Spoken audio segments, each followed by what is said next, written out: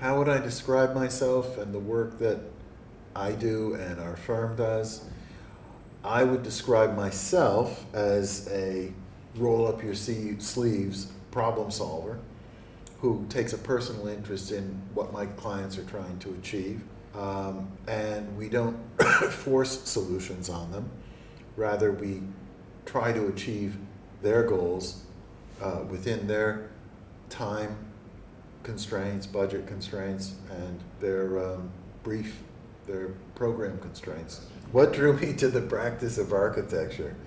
Oh, as a kid, I was always drawn to, the magazines and the books that were about housing, houses, buildings, perspectives, Frank Lloyd Wright, all of that good stuff from, mid 20th century America, rather than sports, cars, those other normal sort of boyhood pursuits. I was always more interested in drawings and plans and the shape of a room and the lighting and the outlook. So what project best represents the work that I do, we do? Our firm does a broad spectrum of work, from developer clubhouse work to high-end retail to healthcare to corporate. Within the field of corporate work, we do a broad spectrum of client work, from companies that require a room for every single individual in the company, which is most U.S. law firms like Kirkland and Ellis, Simpson Thacher, all the way to a company that has no offices for anybody, like Facebook, which is totally open plan.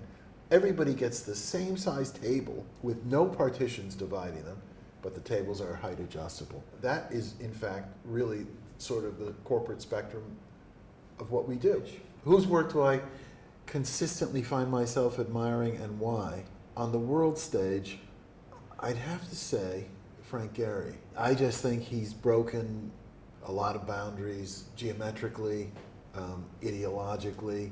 Everything he's done is very well thought out, very carefully detailed, and very well presented. I have admired his work for years.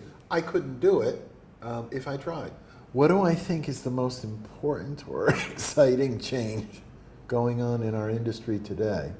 There are several things. One is the use of greater and greater and more powerful technology in terms of computer-aided design.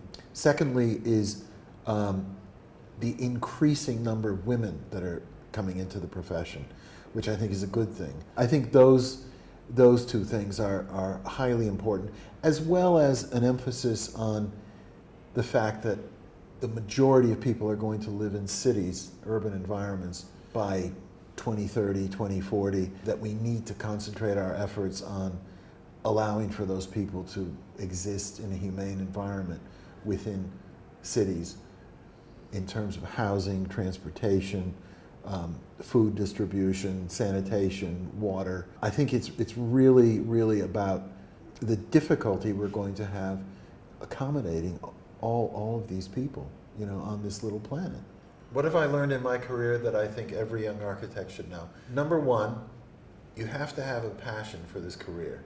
If you don't have a passion, do something else. You're not going to enjoy it. You're going to resent the hours, the pay, whatever, the abuse from the clients from time to time. Another thing is that a good client will respect you for what you do, because what you can do, they can't conceive of doing.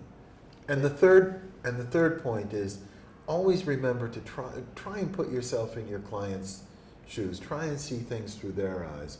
You see the world in a particular way. Not everybody sees it that way.